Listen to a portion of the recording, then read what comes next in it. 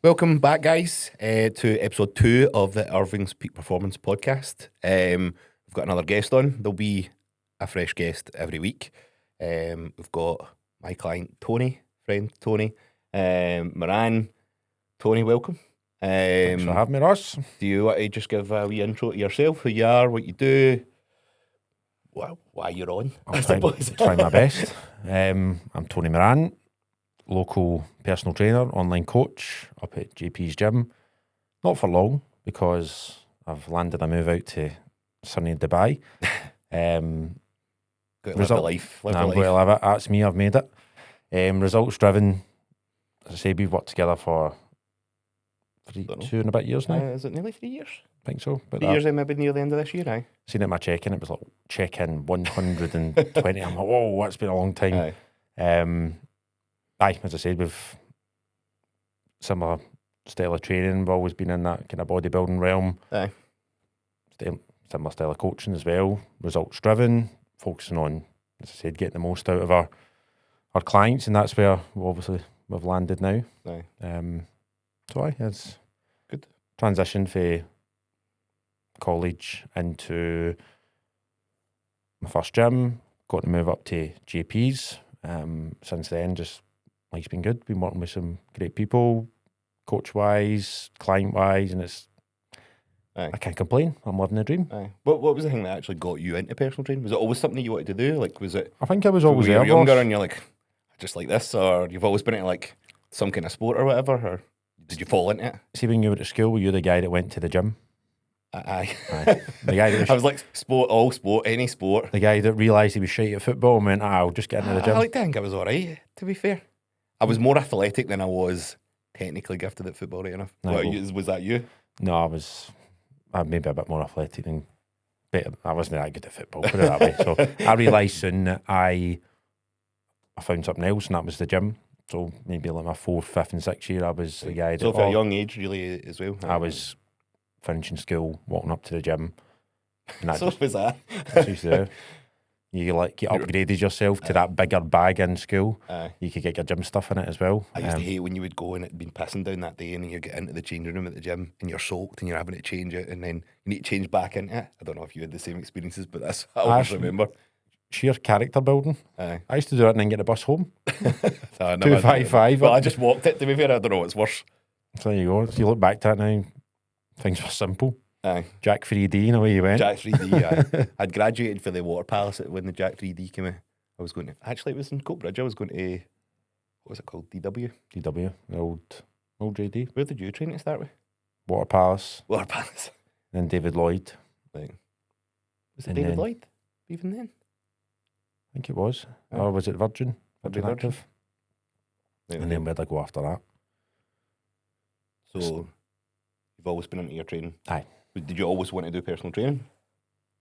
Aye, I think it was something that I knew once I was starting doing it. Your mates would say to you, I'm going to come to the gym, and then I actually enjoy this. It's like when you're on a night out and folk are like, oh, I'll come train with you, I need to get into the gym. You're like, I need bother. Like, see your pals back then. You're like, shut up. But then that just snowballed for there. I went and got a job in a hotel while I was at college. So I worked in the Bovril Bridge where my friends were owners are there. So I was there while I was studying, and then I just kind of transitioned away over to COVID hit just as I qualified. I went off, great timing. So the gym's obviously got it terribly. Right. So had you started at that point already? No. I was still finishing my college course. Just finishing college. And then so I was like, if I can make it now during COVID, I'll be absolutely fine. So seen that period out, and then since then things just get busier and busier, and I just kept getting further and further into it and loving it. Was it Elite you started then? Elite Fitness. Just for Elite then JP's? Elite then JP's. And then how long were you Elite? A while? 2 or 3 years. So you've been 2 years at JP? 3 years there. 3 years there. Right, okay. So I think it was about 7. 7 years. Do you feel like both those experiences, that there was a process and like learning through that kind of time?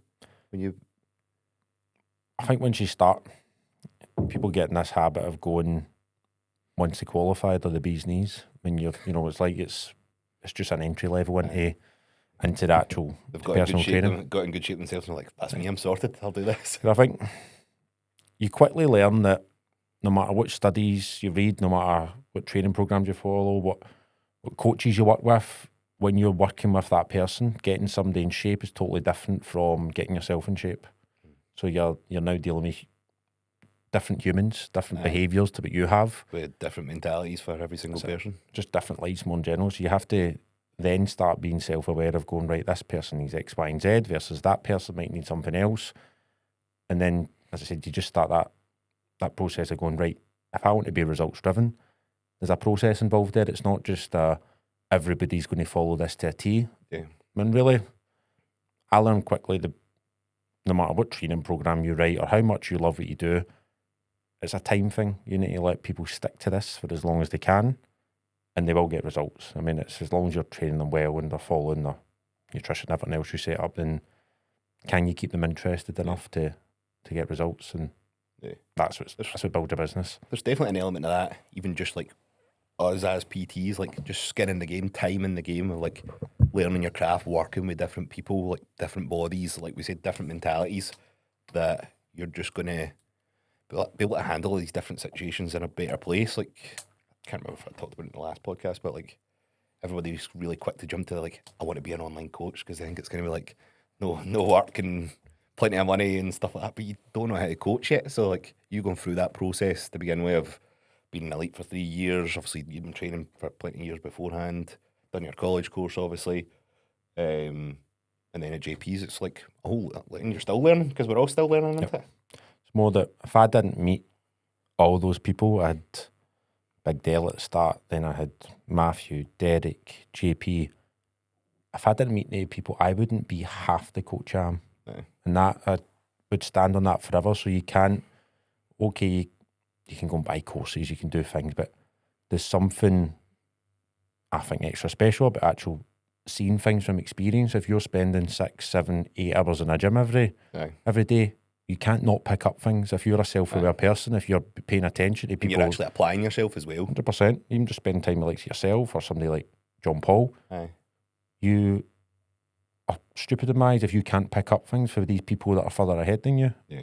But that has come from me personally, from actual being in the gym. I think we spoke as well. You will get the outliers. Say about Taylor, Calvin, we that can excel and do very, very well with online coaching and not have that period. But from my experience, most people have to go through that process of learning how to coach in person if they want to get results with that person not being physically there. Yeah. And that's just that. It's just making you a better coach in the end. It's actually enjoyable as well. Aye. Like, well, I'm at the point with online coaching, to be honest, that I'm like, I don't enjoy this anymore. Like, loads of elements that I just don't enjoy. Like, when I take an online client for a session, I'm like, that was actually class. Like, you get a lot more fulfillment out of it, I think. Like, it's great. Obviously, I was away with Lewis at his shows and stuff, and he's winning X, Y, and Z, and you get a buzz off of that.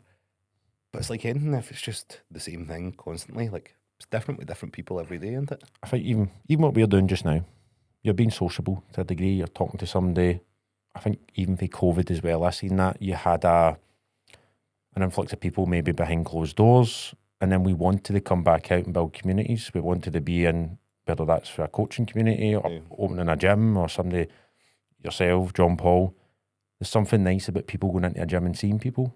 And I think even if you just water that down to coaching, that's the side I love of it. I get to spend time with people. You get to interact with people. You get to learn off people. Yeah.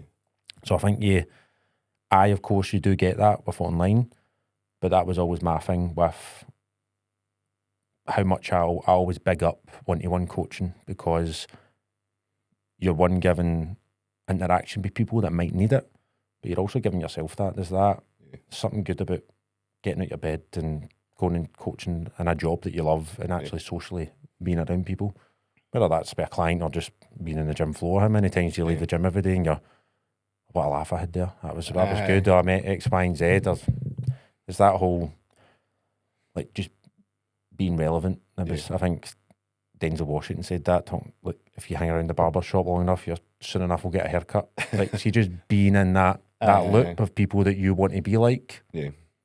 that's the most important thing for you, because eventually you end up where they are. It's that whole like cliche, you're the fifth person, like who you hang around with. You're the average of the of the 5 people you're around the most or whatever.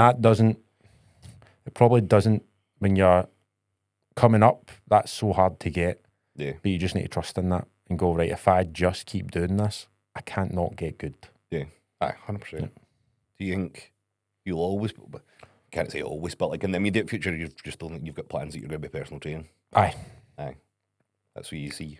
So I love one-to-one coaching. I think it's such an entertaining thing for me. I think it's incredible to watch people. I like learning and applying. A downside for probably, I think, nowadays is, and maybe we'll talk about this with the professionalism side of things, I used to get really annoyed when I seen people who didn't have the same enthusiasm as me. And I will openly clap for maybe just young guys coming into industry and have got that wee bit of buzz about them. Yeah. I think that's a hard thing to maintain. I can openly say the last 7 years I've coached, I've not lost that. And that is, I've had multiple people come up to me and say, the way you coach is brilliant. You really, really care at what you do. And I take it as a compliment, but also can I say to myself, isn't that sad? That's now the bare minimum. That should be the bare minimum. Yeah. And we're losing that. But that's it. That's the problem is that everybody's like, I just want to go into it and make money because they see, what's the whole thing of like 10 grand a month. Yeah. I don't know, all these daft things that... Does that, anyone, obviously that's what we'll talk about today, is that you are up against guys that care and girls that care, and they'll wipe the floor with you. Yeah. If you are aiming to get this 10 grand a month, whatever it is, the dream you've maybe been sold, yes, you can make that. We know that can be achievable in any job, but only if you've got that bit of passion behind you, especially, like I always say, in a job that there's not much things that are more important than somebody's health. Yeah. So if I'm going to sign up with somebody, they better care. Like that is what should be a bare minimum. And I have seen people before, they don't have to shout and scream at you, but it's just an element of, I want the best for you. Yeah. Whereas before I just kind of let people do what they want to do now, but I don't like seeing people getting a disservice. And you can tell that by just how people almost come into the session. You always hear stories, don't you? So you kind of go like that, well, sitting with your arms folded, no caring. Yeah. You might see against machines and... You go like that, well, you're bringing the industry down. Yeah. And that's my thing was always hold yourself to the highest standard, because maybe even when you're not the best, what can you control? Yeah. You can control your professionalism, you control how you conduct yourself, how you dress. These things were always big to me at the start, mainly because I knew I wasn't as good at the start, like we all are. Yeah. But there's things I could control which were always me for me. And the flip side of that, as you get further into this job, you cannot let those things slip. Yeah. You can't become complacent because you're a couple of bad reviews for people going, he's lost it. Definitely. So that's, I think the more you do something, it's like anything. It's like bodybuilding's probably taught us that. If you take your eye off the ball, your physique will start to show it, and the things will start slipping away. That was always my thing, me work. Yeah. That I think done me favours over the years of just going, right, that boy cares about his job. So it's well, that's why I wanted to have you on the day, because the main topic of discussion was going to be around about professionalism in the industry, and I always say to you, don't I feel like you stand out because of like stuff like your polo, the I know you were slagging it off on your podcast, that the polo, the logo, you've got the iPad, like your hair's done, you're presentable and stuff like that. And how did you just carry yourself day to day? So like, well, I think you've always been like that. Like when you started, have you always been like that when you started personal training? What was the thing that kind of made you go, right, I need to have high standards here? Because when we all come into the industry, none of us really know any better. So like, and like we were just saying, saturated, but it's saturated with shit. I love that saying. Yep. So like, what made you think I'll be different? I'm going to do these things. I'm going to take initiative. Has it been a learned thing? Or like, have you just always tried to do your best? What was the process? Again, it was just that, what can I do better? What other people maybe aren't overall. I was a big believer in reading books, listening to certain, and we've all got our people that we kind of navigate towards and think he inspires me to a degree, or I like how he coaches. I I quite liked Mark Cole's stuff, and I still like his stuff now. And he was very big on professionalism. I do think, like I said, there's nothing more important, one, than your job, and two, your health. So you're in charge of two of them. So what can you control there? You can control how you conduct yourself. You control how much you care. Yeah. So that's why I always like, you are the first. You go out for your dinner. Mark always spoke about that. And if somebody was out with their phone, leaning against the table, didn't look presentable, maybe smelled, whatever it is, you would be the first to go home and write a review. Aye. So it was that, don't ever leave that kind of room for people to think that. Just be the person that go, he looks the part. And my thing always was, if somebody walked in a gym, who is the trainer? Yeah. Which I think you should That's know. it, 100%. You should know by how that person conducts himself, how he's dressed, how he looks. I'm not saying it's wrong. There's always, the good thing about personal training, it's exactly that. It's personal. It's how you want to present yourself. I just don't find that, I would never work with somebody that wanted to dress inappropriately, dress like they were training with their pal, or just didn't take themselves seriously. I think it's become a wee bit a kind of cool thing to turn up to the gym and just like not look presentable and like that. That's not not a thing. You're at your work. The best things in the world, the best places you go, people look pristine. Yeah. So you should start that. You can control that. Yeah. Just laziness, I think, if you're not. Yeah. But it's funny you mentioned Mark Coles, because his course was one of the first kind of further learning things that I did, and the first thing that he touches on is professionalism. And it's all simple wee points, but it's just stuff that... It's just carrying them out. People don't do, and it does just simply make you stand out. And we're in a vain industry. Like, no matter what people say, how you look does make a difference. Like, how you get on, especially to begin with, when you don't have a reputation. So, like, you need to uphold those standards. It's more as well, when I see all the time, and I don't care how you look on social media, I care how you look in person. See, if you come into that gym and filters can't hide you in there in person, and I know that sounds a bit critical, but you need to get up that wee bit extra early, and you need to conduct yourself better, and you need to not come in with greasy hair, you need to not come in looking terrible, and you need to present yourself well, because it's got to match up. Whereas I think nowadays people are very good at going on social media and thinking, I've got this all together. And I'm like, no, your mask is going to fall off. It has to be more than that. It has to be when you go on that gym floor, this is me. You're not selling a lie. And I get, we'll have a wee down days and everything else, but they aren't over. That shouldn't be like a thing that's hard to achieve. That's a bare minimum in my eyes. You go in, present yourself well. My thing as well, and it's, if you're a young guy, I don't care. I don't have anything else other than anecdotal data to back that up, is if the people you want to work with, the most professional ones pick up on these things. There you go. I think like somebody, again, gym owner, somebody that's like I've worked with, looked up to, you pick up on that. My clients, some of them very successful businesses, have pick up on that, and those small details get noticed by the people that really care, and ultimately they're the ones that are going to put money in your pocket, and they're the ones that are going to invest in themselves more time as well. So though you think, like, oh, I'll get away with it, maybe not making that effort today, that's the day that you fall short and somebody gets that client before you. And if you don't have that edge, it's very hard to get ahead in my eyes, I think. Do you feel like the standards you've kind of set for yourself then, especially in the beginning, has been one of the things that's really kind of carried you forward? Obviously, being better at your job makes a difference in the long run, but like, do you think that gave you a leg up to begin with? You can't. It's not like a case you fake it till you make it. It's just that's the standard I want to set, and I want to maintain that. Has it helped? Absolutely, because everyone I work with notice that from me, and they also like to carry themselves well, where they start going, oh, I'm going to do that a wee bit better. I would say it's played a huge role, and it's something that I'm also not which is something I've spoken about before. Like, I don't like wearing gym clothes. I'm not really somebody that gets just because I'm in them that much. Having my just out the gym, it's just fine. Got my gym uniform. You're repping the big company. I'm just somebody that likes.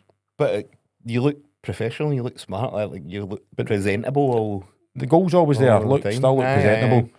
But for me, I want the excuse of feeling like I'm going to my work and Aye. and looking the part. Well, that saying that you said, "Fake it till you make it." Like, I actually love that saying because, like, be the person that you want to be. Like, Yep. if you're not got that step ahead and actually trying to be it to begin with, you're just going to wait until what point do you go? Right, I'm going to actually look like I know what I'm talking about. Like, do you ever get there? No. Like, so you need to take some kind of Like I action say, to begin with. You will get the outliers. You get Brett Contreras who walks about with his jeans on and his flip flops, and but you kind of need to go, right. Well, I ain't Brett. He's bolder and he needs to I know. probably shave it in a wee bit. Just shave it in. You know, so you kind of go. I have not created the hip thrust. I don't have all these women lining up that want to train with me. So what can I control? I can start professionalism, how you conduct yourself. I've just always found that has a lovely effect of just working through your life, and whatever you believe in just starts to come your way then, that you end up working with the people that you set out to work with after years and years of turning up. Yeah. Do you think it's something that's kind of getting undervalued nowadays, with it being more and more people getting into personal training and even more so in online coaching? You probably don't need to be perceived or wear certain clothing or look a certain way all the time, but you think that's lacking a bit more or undervalued maybe? I think it was undervalued for a long time. I think result-driven coaches are now coming back. I think there was a period of maybe after COVID when maybe Instagram coaching and everything else took a bit of hit, or I want to do what with a cool coach or whatever it is, and then just find something. I think naturally when, just as humans, we see something shiny and new, we go, I want that. But then you realise maybe that person isn't, because they really don't care. That's it. They like the idea of coaching, they like the idea of working with people, but in my experience, most people like that just care about themselves, and they want to go online to be like people to love them or give them some sort of attention, either than actually give out a God-given gift.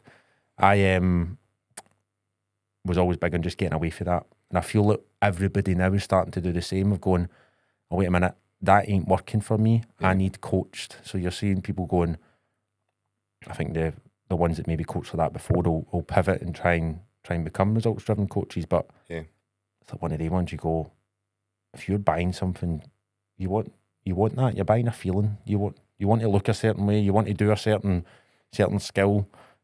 People want to be associated with you as well when you stand out and you look the part, and like not what you said, potentially somebody that's like in there in their jeans or trousers are hanging off them, they need a haircut or that kind of stuff, their hair's all greasy or whatever. People don't necessarily want to be associated with that as much. I think it's more about like, you don't whether care. you're getting results or not. Aye. Like there's a middle ground. Somewhere there's a coach that doesn't care about himself or anything. There's a coach that cares too much about himself or herself.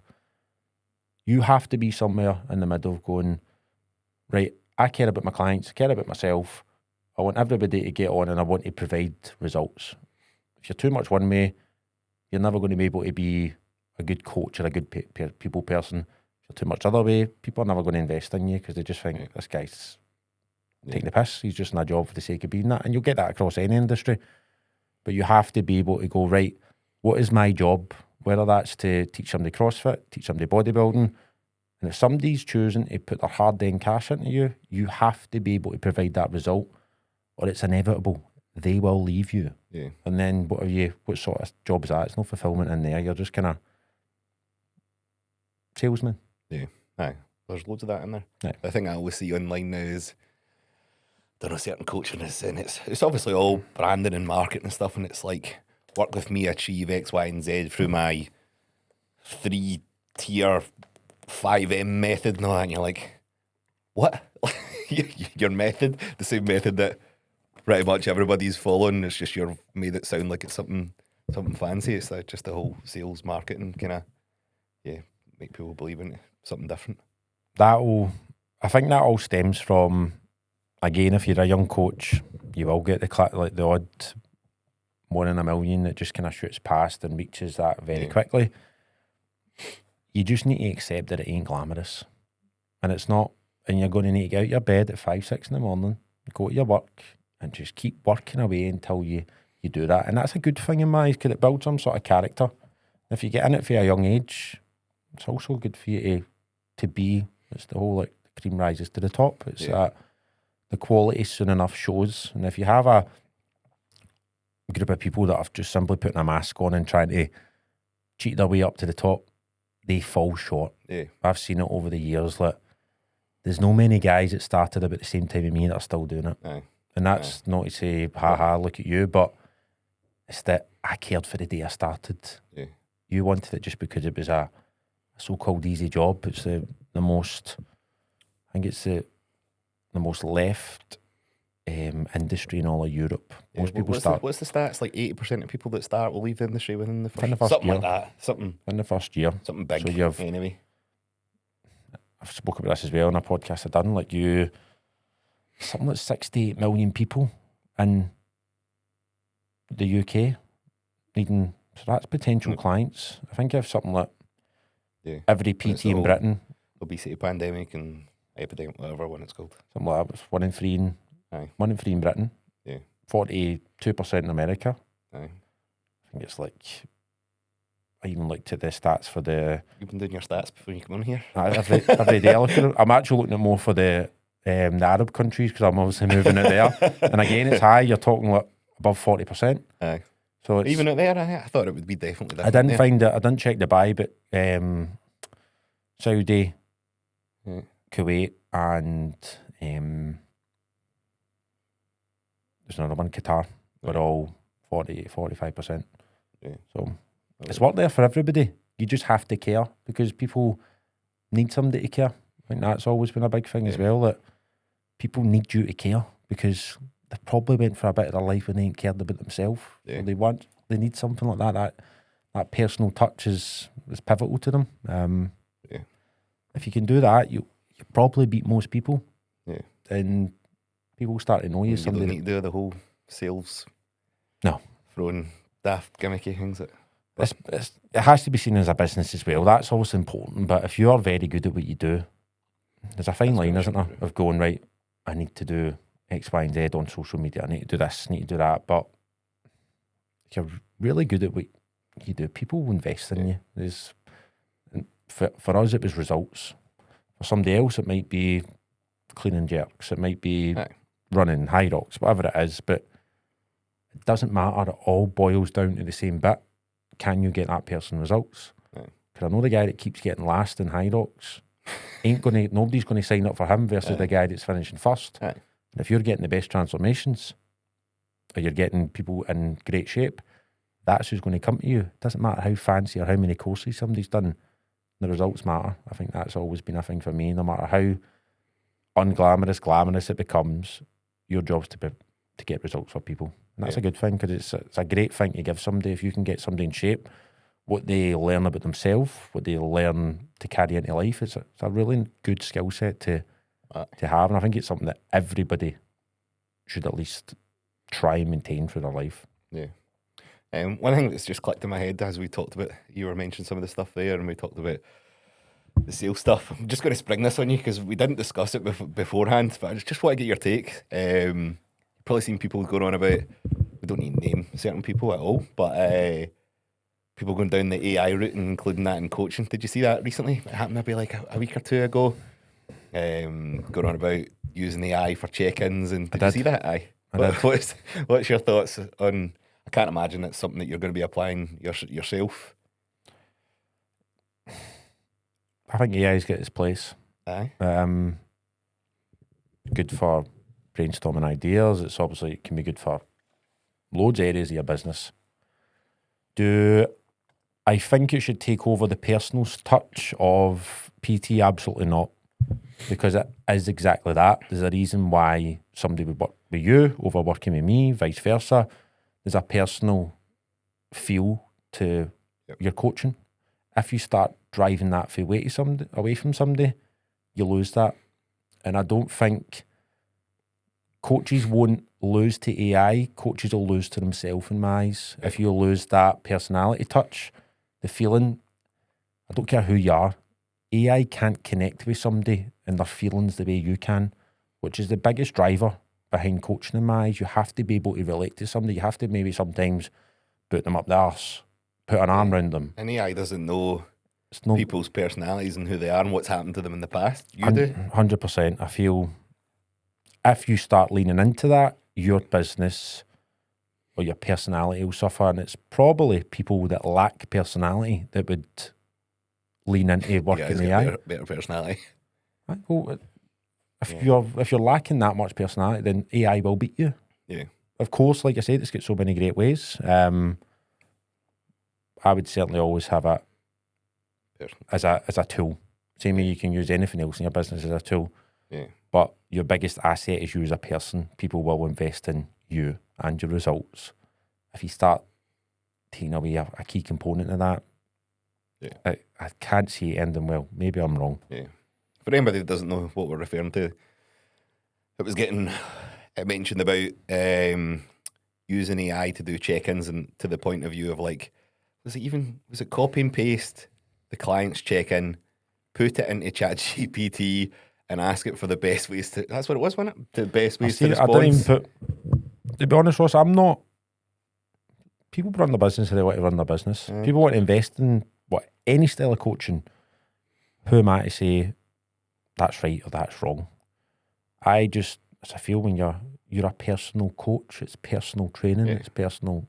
Even to that online person. coaching, it's one-to-one online coaching. You can argue you can argue anything. You can always say this is right, that's wrong. It will all have its pros and cons and its trade-offs.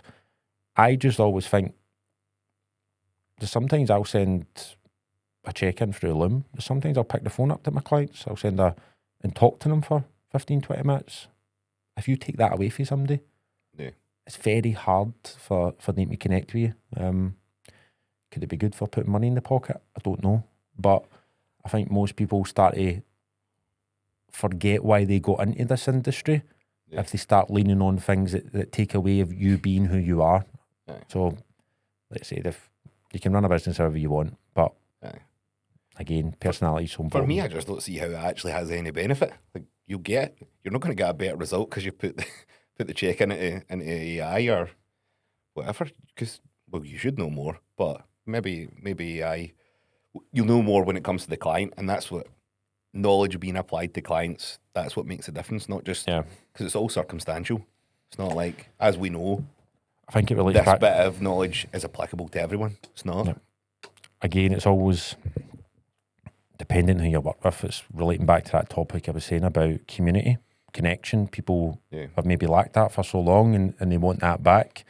I don't care what anybody says. See, if you've got half a brain cell, you know when the AI is talking to you.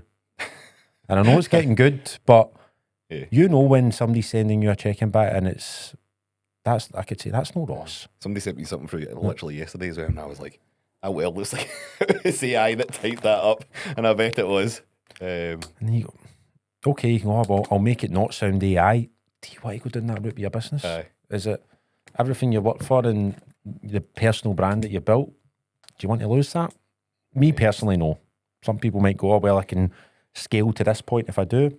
That's fine. But I feel the people I work with, I think would probably be ashamed and leave me if I just said, oh, you're not talking to me anymore. But it's more the feedback you might give me versus, oh, do you know what, Ross? I needed that today. And do you know what, I was struggling this week or whatever it is. And I think if you're forcing that onto the AI, it becomes very, very hard to have that personal approach. So anyway, it just came in my head when we were talking about it. I thought this needs to be talked about. I definitely need to bring this up to somebody. What do you think? I don't see how it has any benefit. I think it would be more time consuming as well. Like you should know your client. You know you're the one with the plans all in front of you. You've designed everything. Surely it takes a shorter period of time if that's what you're trying to save. Like just thinking about what the client needs in that moment and what they've struggled with, what's been going on in their life, and what's the best approach to go with. Like because they might have been going through the same situation last couple of weeks and you've tried something that's not worked. I might just suggest the same thing. Whereas, this hasn't been working. Maybe we should try this approach. We should change this thing to be back off. Like, you know, and then it's about backing and forth from your client as well. It's not a dictatorship too when it comes to coaching. Yeah, if everybody was robots, it'd be like, this is what we should do. Yep. But you might send something over and they're like, I can't fucking do that.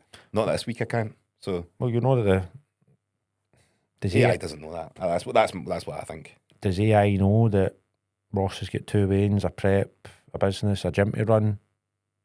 Is that element being in? Is that element being considered? And it's just also Ross has got that, but say Tony's got that as well. How do the both of those individuals feel under that? It's going to be Like, you totally might handle different. it sound and I might be an absolute mess. So, That's again, circumstantial, isn't it's relating back to which I think is the beauty of coaching people. You're working with all different personalities. You have to be able to, as I say, Ross needs this, Tony needs that. It's just picking You and need to be a choosing. chameleon. 100%. Maybe I can't see it. Yeah, fair enough. Touching on, well, keeping on the professionalism path, branding. How you look at branding is obviously different, who you ask and stuff like that. Obviously, you could say logos your branding, but I would say like your personality is your branding, how you come across as your branding, like all the stuff that you've just kind of mentioned. How you approach social, because again we touched on that as well, with like different, the 3M method or whatever it could be, or five whatever, using letters and numbers to make it sound better. How you go about like your social media, like with professionalism in general and stuff like that. Do you take it you just keep it the same kind of approach, just be yourself? Be yourself. Have a bit of. I'm somebody that's very serious about what I do, but if you come train with me, I guarantee we'll have a laugh as well, and you'll leave the gym feeling a wee bit better about yourself. I've got a wee bit of stoicism in my personality. I'm quite stoic. I think a man should conduct himself in a certain way, and I feel that I feel that's maybe getting lost across the board, and I try and conduct myself from the minute I wake up to the minute I go out of my bed very well, whether that's on a gym floor or online. I think it's important. I think it's very good, and big thing for me was also not selling shite and not being, that's him online, but he's different in person. Whereas nowadays, I feel you have a lot of people, very, very big personality online, can't look at you when they come into a gym floor. Yeah. And that's been a huge thing for me. I've lost the ability to dialogue and speak to people and have different opinions, and I agree with this, you don't agree with that.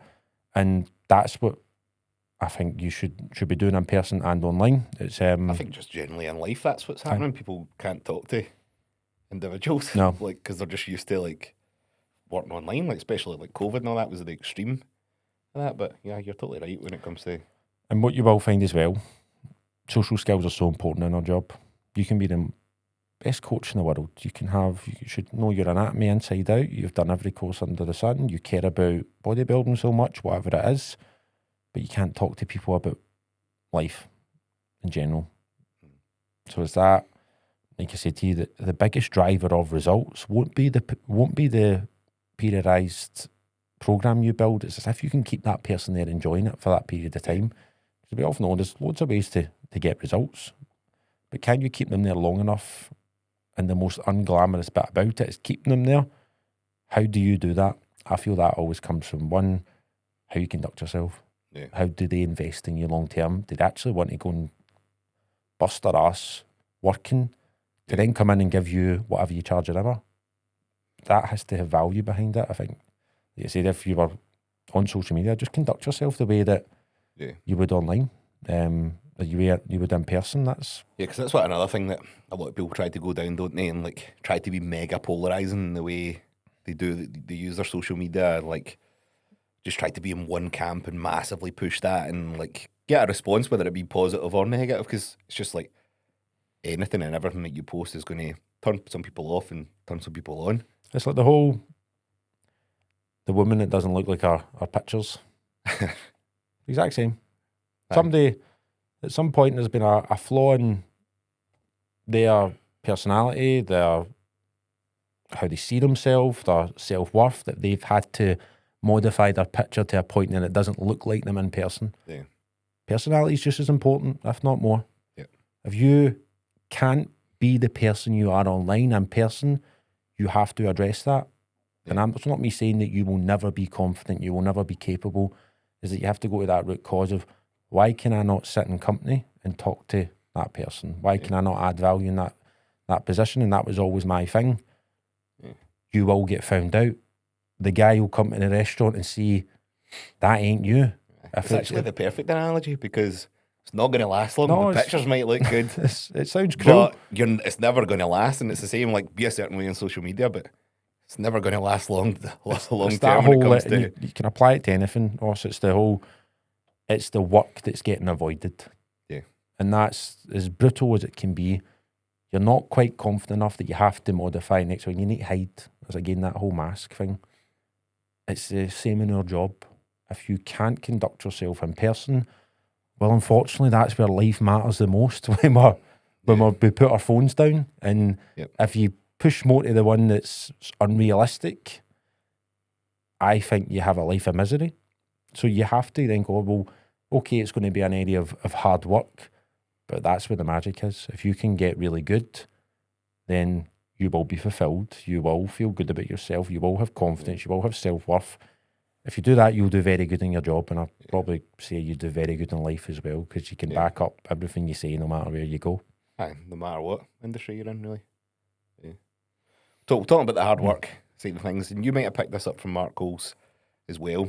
Another thing that he kind of always put on to me, and obviously the other guys that were all on the course, was to do with your physique, and that's like your own business card. So we can look at that, like how you carry yourself on the gym floor, but also if you want to be good at coaching and you want to be successful, you need to walk the walk and talk the talk at the same time. What's your thoughts on that? Because obviously you've competed before, you've done photo shoots, did a photo shoot not too long ago. Do you think that's of massive relevance for, like, especially new coaches in the industry? Aye.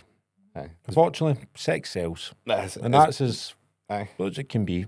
There'll be some people that, again, care too much all about appearance. There's some that don't care enough. But you have, and bear in mind, you picked this job, you have to be in shape for it. And again, that is subjective. You might not want to look like you or I. Yeah. But whatever field you do, you have to be able to back that up. There'll be some people that do strongman, CrossFit. Yeah. If they don't do the CrossFit, the strongman, you're going to go like that. Yeah, because it'd be like, well, me trying to sell CrossFit or High Rocks, like, you don't look like you could do it, mate. No. Because I couldn't. But when it comes to bodybuilding, you go, aye. He's interested, he cares about that. Aye. And unfortunately, like I said, you've modelled yourself on being this, I don't want to be the 1 in 3 people in physique. I'm going to be the outlier that maybe, that's in shape. I want to be the one that's in shape. I want to be the one that looks like this kind of poster boy or girl. Well, unfortunately, you picked a job where that's just, it's what you see is what you want. Yeah.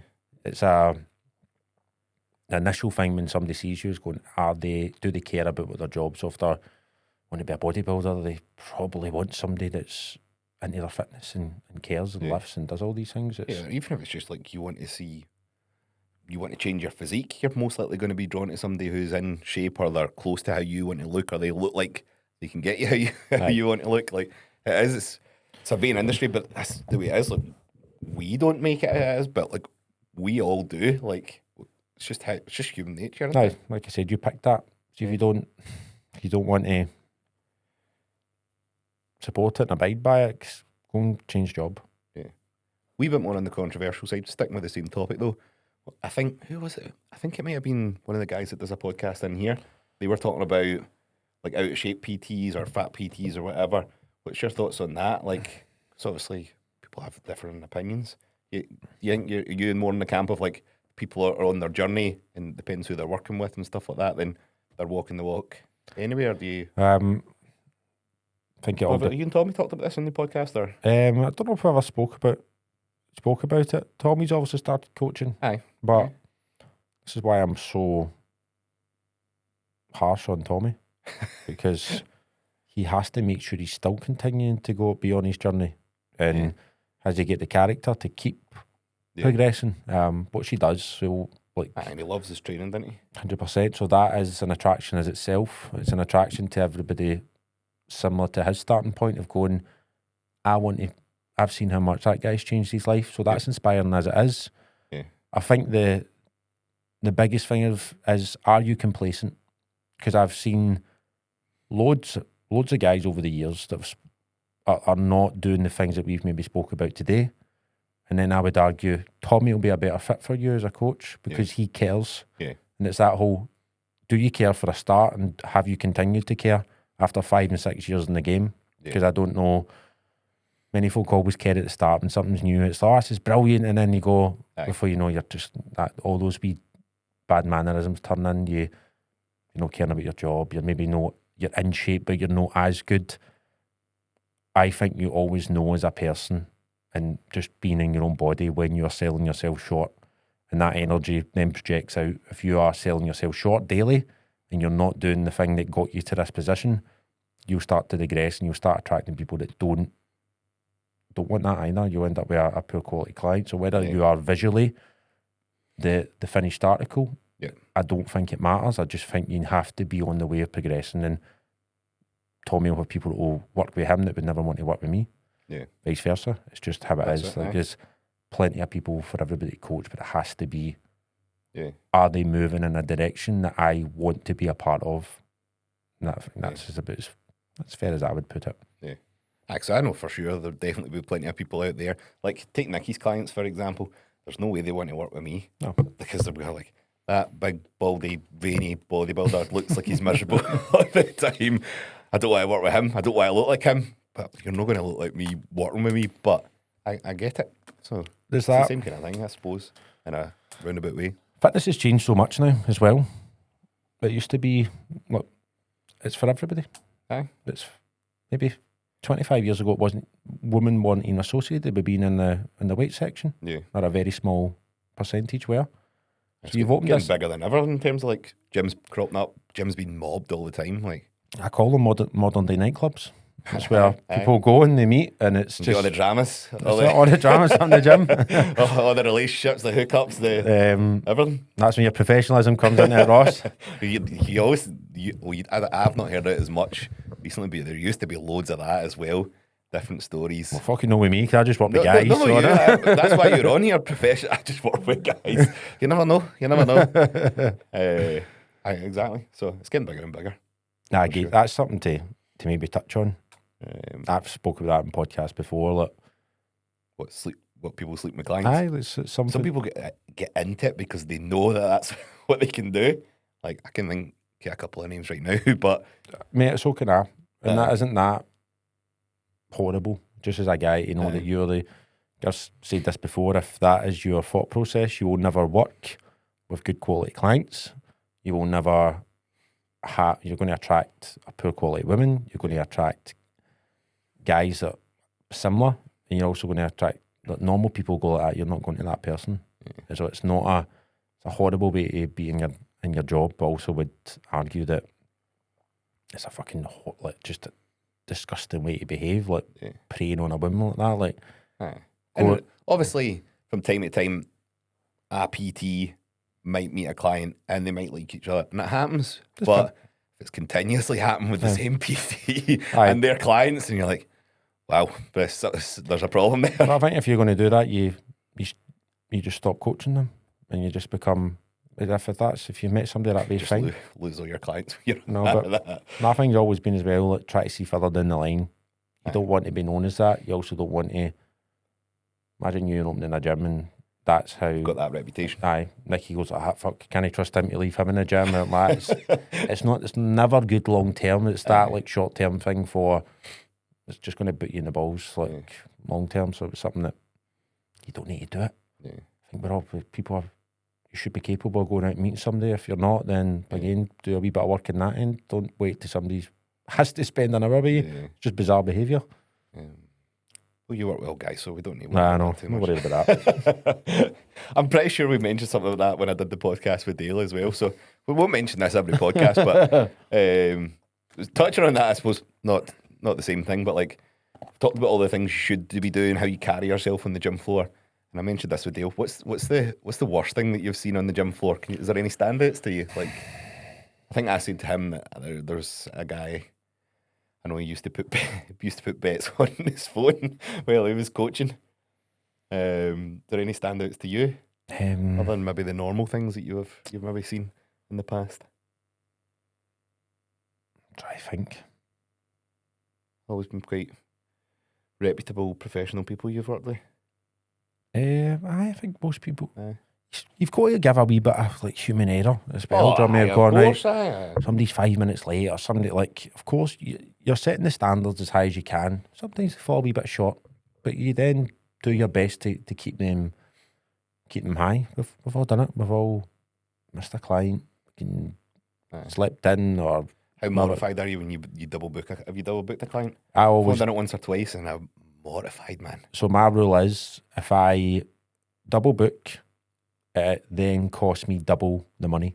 Right. So I would then give you 2 sessions as a punishment, and I never double book no more because I go, fuck, I'm losing £100. No, I'm not doing that. So you get like that's just. I think that's a very important way to be. Like, give yourself punishments because. If you want to have high standards, you have to drill it into your head. Yep. And it makes you go through your diary and go, is that right? If I spoke to him, he's normally in at that time. Can we swap it around, whatever it is? And just reassessing things. I think a big part of coaching as well is that, are you adapting as you go? Because if you keep making the same mistakes, whether it's double booking somebody, not learning when you're doing, that then becomes a new reputation for you. So you kind of got to go, right, am I upholding the standards that I've set? Try to think something terrible off my... I've heard that's a thing, to be fair, as well. Some people, when they double book clients, but they just take them at the same time, and I'm like, how can you do that? And that's it. They've just both got their sessions. They're like, this is 2 different people's different sessions they must be doing. Like, might be male and female you've got as well. Like, what? I think it relates back to... might not even know each other. Aye. Try to set them up each other. I don't know. It's more the... Just so you can kill time, be like, that's it. Again, that's where you probably find people are just in it for the... Which is... You kind of just got to accept that they're not in it for the reasons that we are. Yeah. That's where you say they might go, they're just in it for the money. So it makes sense to do that now. I've once seen a client just training with his client and then just, because he didn't want to train later on, and I'm like, I could never do that. Yeah. But it's in breath, if a client, if that's what they want to do, fine. I just think long term, you're not going to survive in an industry where people are so meticulous about what they do. Yeah. You know, it's just shooting yourself in the foot. It might be convenient right now, but long term, if you've got decent enough clients that are going to go like that, that's no normal behaviour. Like, that shouldn't be happening. I feel like I'm getting a bit stung here. And you realise in the end as well, like, so it's all short-lived. I think if you're doing all those wee silly things as well, that you're not doing the big things well. Yeah. Like, people are quite accommodating if you make a mistake. But it is, like, as I say, we're all human. But it would probably be that ripple effect if you're not doing your check-ins well, you're not doing setups well, you're not programming well. Does this... Yeah. It's a standard throughout, then it's not just you've made one wee mistake. You've got to carry the standards forward to Dubai when you go. Absolutely. Well, we've not touched on that, so what's the deal? Why Dubai? What's happened? Like, what was the... Sick of the UK, the potholes are terrible, weather's terrible. Passing down the day. That right? No. I've always wanted to live abroad. I think when I was younger, we spent most of our summers in Malta. My mum's side are Maltese. So we, I kind of had that feeling I've always been away for periods of time. You actually still go to Malta quite a lot, to be fair. So that makes sense. Didn't know that. I love it. So it'd be nice to live in Europe, but me and Molly love Dubai. Yep. I've always loved Dubai, and I think went out there about 5 years ago, and I told myself I would be living here. You almost look like you're made for Dubai. I don't take that as a bad way. See the amount of folk we say there, and used to just going to smash it. He's made for it. You used to. See when you put like an Instagram post, I'd be like, you should be like in a magazine or something like that. This is the pressure of it now, because now I'm going out here going like that. I need to make this work. These people have told me I'm the poster boy for Dubai. You're made to be there. No, I think it's a good place for fitness. I think it's thriving more than anything there. More and more gyms opening all the time. Aye. Revolution just opened up a... That's right. Are they opened yet? Oh, they're about to. They're open, yep. It's just fitness is all year round there. I know it is here as well for our circle, but you find that a lot of our potential clients is a period of training with them, whereas over there it really is emphasised. A lot of people moving out there where taking your top off and all these things are important every day. I could argue maybe it's a wee bit vain or anything else, but I've also picked a job that's vain, so you kind of got to go. Once you go over there, though, it'll just be life, though, isn't it? Like, it's just keep yourself grounded. Over here, people, it's perceived as like vain or a certain lifestyle and stuff, but it'll just be lifestyle over there and whatever. It's how you want to carry yourself that makes it vain. I think a big part of me always wanting to go was, where are the best coaches in the world? It seems to be where I've went. It's around that area. If I want to be as good as I want to be, and I feel I can be, I will need to put myself in that realm. I do want to. There's something quite calming for me, and it's quite soothing of I'm going out there just to strip everything back and start again. I had somebody asked me the other day, "Oh, you scared about getting clients?" And I was like, "You almost feel like it's a bit of a fresh start." Aye. And my answer to them was, "Well, I got clients when I was shite, so I'll get them now I'm good." Aye. So it's like it will work. I have no doubts it will, but I want to put myself in that mix of going right. I've worked with yourself. I've worked with John Paul. I've been around so many good coaches. Yeah. It's nice to go in and just try it for yourself. And I think more long term, I like being in the sun. We like a lifestyle out there that would be a lot nicer. Although you always hear from people in the like, summer in Dubai is not as good as it seems. And you're like, I no bother. Wait, it's winter than the UK. I don't think it's as. I've been in June before, but you're sitting by a pool with a Peroni in your hand. Aye. But it's like maybe when you need to go to work every day, it changes the tune. But the gym's aircon, I'm sure. Aye. So I think I still trained a lot when I was out there. So it's not. You just adapt. Same way in January, you're not doing. You're running outside or whatever it is. It's just. Is the plan to go indefinitely, or you're like, right, it needs to work by this point, or working by your? No, indefinitely. You're set. Like this is it. It's happening. The plan is long term. Bodybuilding's probably made me like this, but I am very stubborn as well. So I'll stay there till it works. Cool. You're not letting begging. You're not letting sleep in the streets in Dubai. So as long as I don't get to that point, I'll be okay. Right. I think you get 30 days to get out of the country if you lose your job. But there's jobs there for everyone. So I've got a place to stay if I'm going a wee holiday in Dubai. I've got a wee maid's room there, Ross, for you. Bring your penny. a wee cupboard I'll be in. Poor Molly. Got full day fridges. Ross is coming over. How did Tommy take it when you announced you were leaving? Did he get to know first, or? I was gutted. Like a breakup? You were leaving? Like a breakup, aye. He's known that I wanted to do it for a long time, but it's part of me as well has got to. Everybody, you've got to kind of allow. I'm leaving my mum. I'm leaving all. There's loads of. I spoke about this. Like, everything's good here. I've got so many good people. And I still want to go and try it. So I need to go and do that part of my life.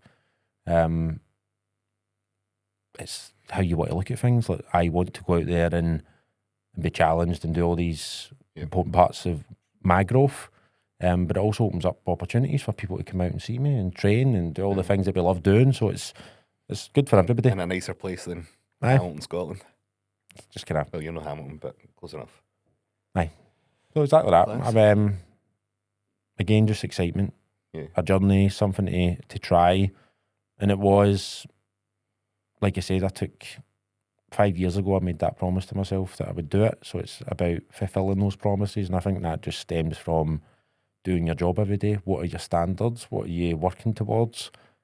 All those wee meticulous things that we've spoke about today has led me to this point, and it's about going out there and maintaining that and trying my best to be as good as I can out there as well now. Good. And the plans out there, PT, any comp plans in the future? I think I will compete again. Business has been, obviously, I know we spoke about this, important in the last year and a bit. I think there will be maybe a show in the future, but right now, I think you would do it in Dubai, or would you come back here and do like? don't know how big it is in like Dubai. I think there's a lot of... Because obviously there's loads of people that do, but do they compete over there?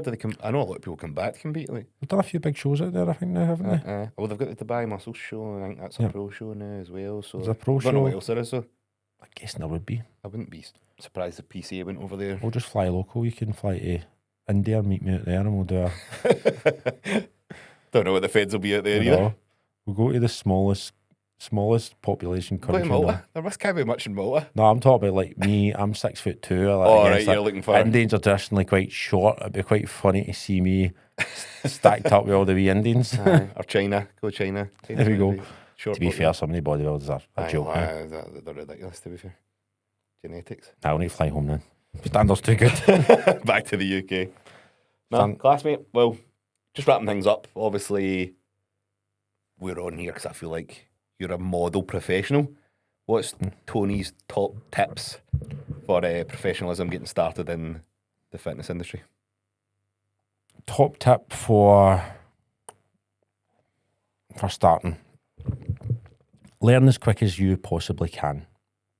I think that's always a huge thing for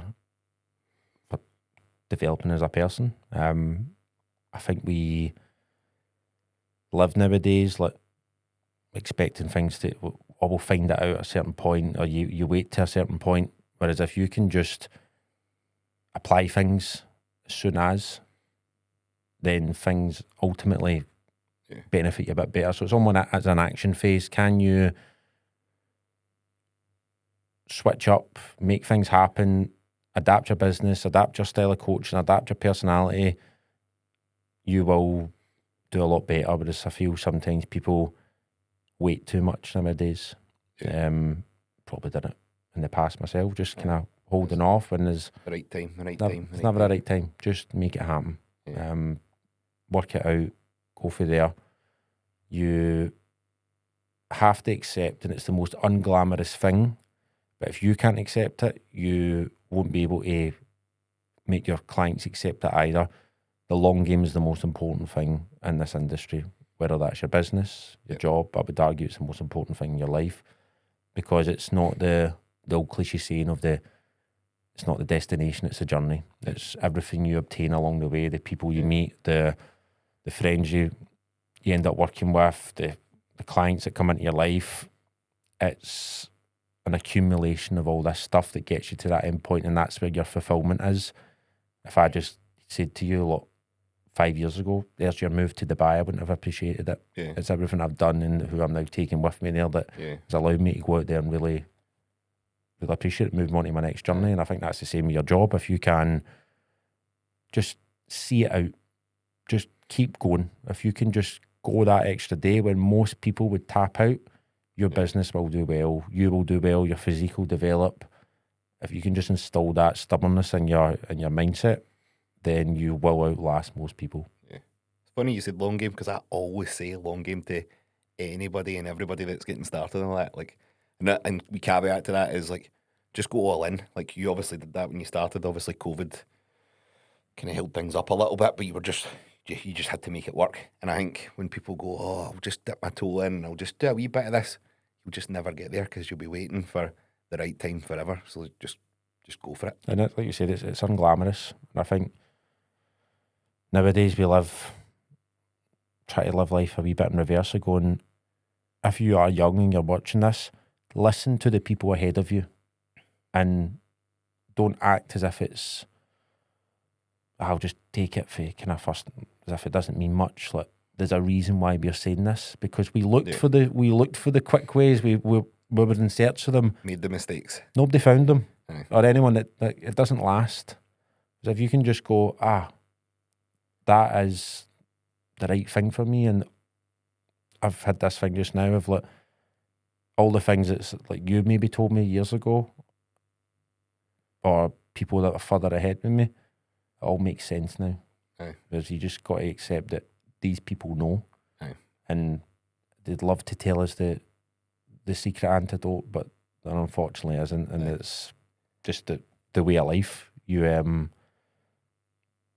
no quick, cheap way to do this, and you probably wouldn't appreciate it anyway if it was. So it's just that picked a job that you should love, enjoy it, get out of your bed every day, find the right people to work with, and you'll sieve your way through them as well, and things will get good.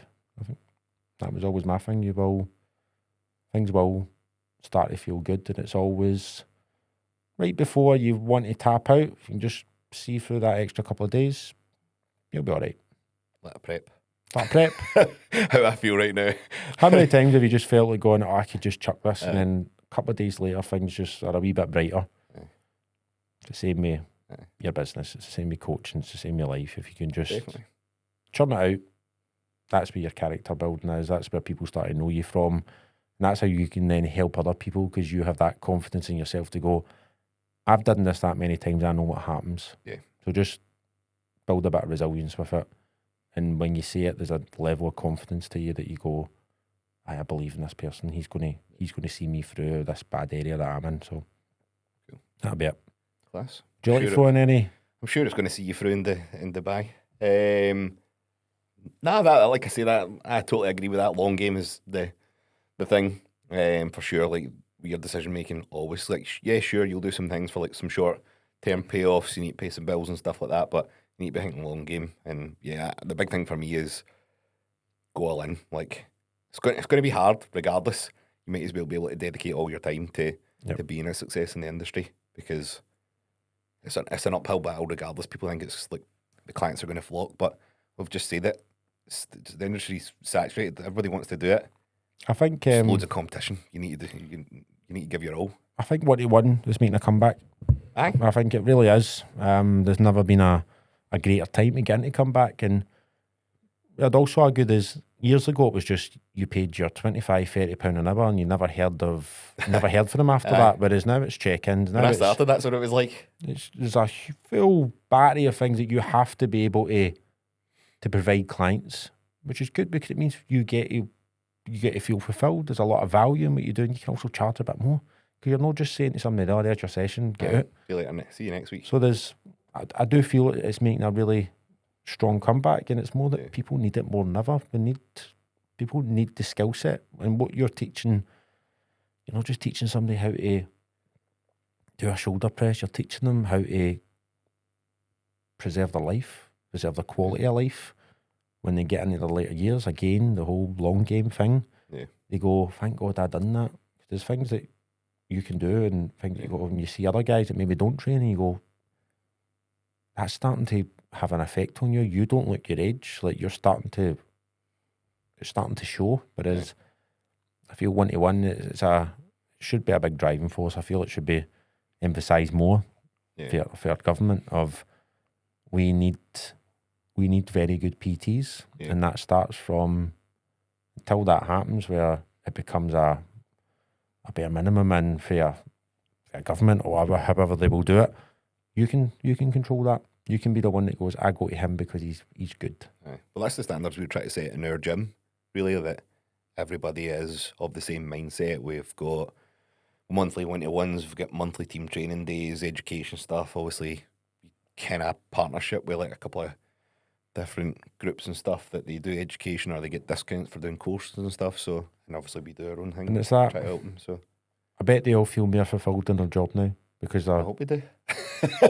Well, again, I like to think that we're providing the best, not just gym, but like overall facility and environment for them to build a business and attract clients and be the best about it. So they wouldn't be there if they didn't feel that. So I mean, I think that's Mark Cole's in M10. That's a big thing. That was a big kind of influence on us for. Well, we've seen it again. Look where Mark Cole's is now. Exactly. So you go. We'll see him in Dubai. There we go. And start working with him again. Aye. But that's a book. I don't know. Did you read his book? Built for Life. No. Is that what it was called? Built for Life? No, that's Mark's Returns. So it is. Sorry, Mark. What was his? I can't remember. I did read Mark's book though. Mark's book. What was it? Mark Cole's done a book about the professionalism of coaching. That's something to give a read. Aye. It will be an audible. Actually, a really easy read. I'm not a reader. Otherwise, I like how basic things again stand tall long term. It's just that if you conduct them, then he's a proof of that. You end up doing well. Oh, classmate. Thanks for your insights today. Thank you. Like I said, I'm sure it's going to carry you forward into Dubai, and good luck with Dubai. I'm sure you don't need it. You'll smash it. I'll be out there. As I said, I think there's again, I've done it that many times, a period of going out and just getting stuck in. Having that bit of pressure on your back, but I feel that's where I'm at my best. Because you go out there and you make it work. Aye. So That's... I'll see you when you come out. Aye. Cheers for coming on, and we'll have you on again whenever you're back. I'll have we'll do it in Dubai. I'll have a nice suntan then. I'll need to get you we'll do there. it in Dubai. That's it. That's a better deal, Ross. Cheers, mate. Thank you. Perfect. Thank you.